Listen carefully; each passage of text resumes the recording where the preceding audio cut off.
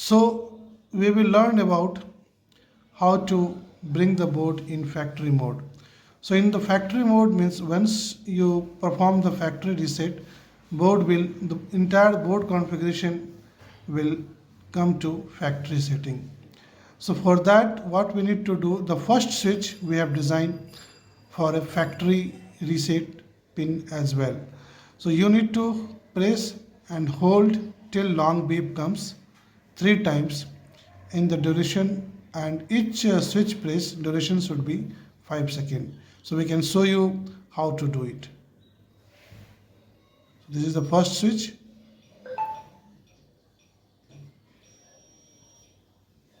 Then second press.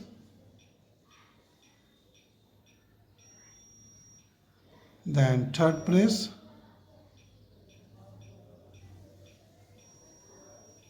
See, the board has this. Once this sound comes, it means the board is going to factory reset.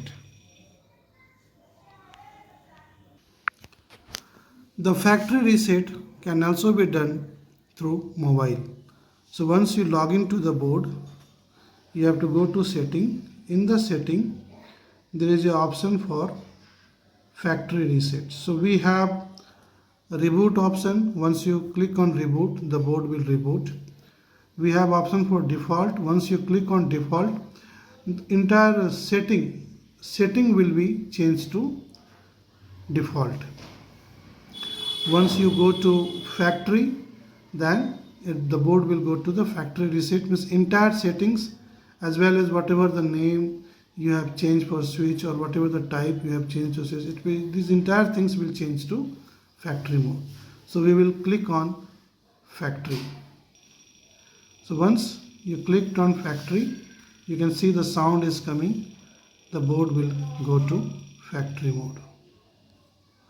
So once the board will go to factory mode, you can see from the Wi-Fi board will show you the SSID and password. We need to connect to this SSID and the password, and then you can go to your main application